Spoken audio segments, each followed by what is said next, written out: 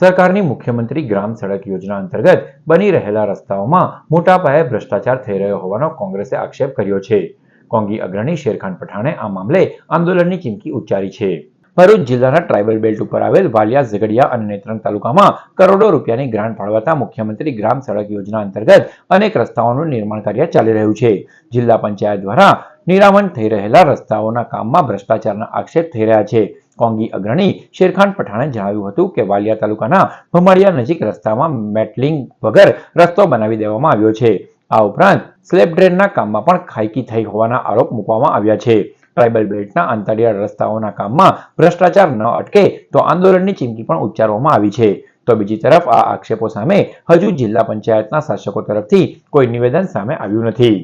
આ સરકારશ્રીને મારી નમ્ર વિનંતી છે કે આ રસ્તાઓની અંદર લાખોની કરોડો રૂપિયાનો ભ્રષ્ટાચાર થઈ રહેલો છે। આની અંદર અગાઉ પણ વાલિયા તાલુકાની અંદર કોઈ એવા કામો છે, અમારી પાસે એના વિડીયો, એની ડિટેલ પણ છે, તેની અંદર આ કચેરી દ્વારા બિલ લખી દેવામાં આવેલા છે, એની અંદર કામ પણ અધૂરા કરેલા છે। નીચે મેટલિંગ કરવાનું હોય છે, કરવામાં નથી આવેલો અને એનું પેમેન્ટ ચૂકવવામાં આવેલું છે।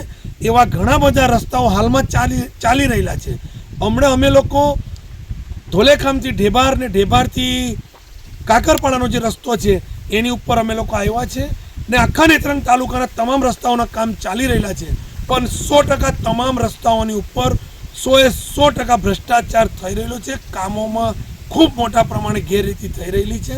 ત્યારે મારી નમ્ર વિનંતી છે કે જ્યાં સુધી આ કામોની ઉપર એની કાર્યવાહી, એની તપાસ ન થાય ત્યાં સુધી બિલ પણ ચૂકવવામાં ન આવે ને જે કામો હમણાં કરવામાં નથી આવ્યા તેને તાત્કાલિક ધોરણે શરૂ કરવામાં આવે।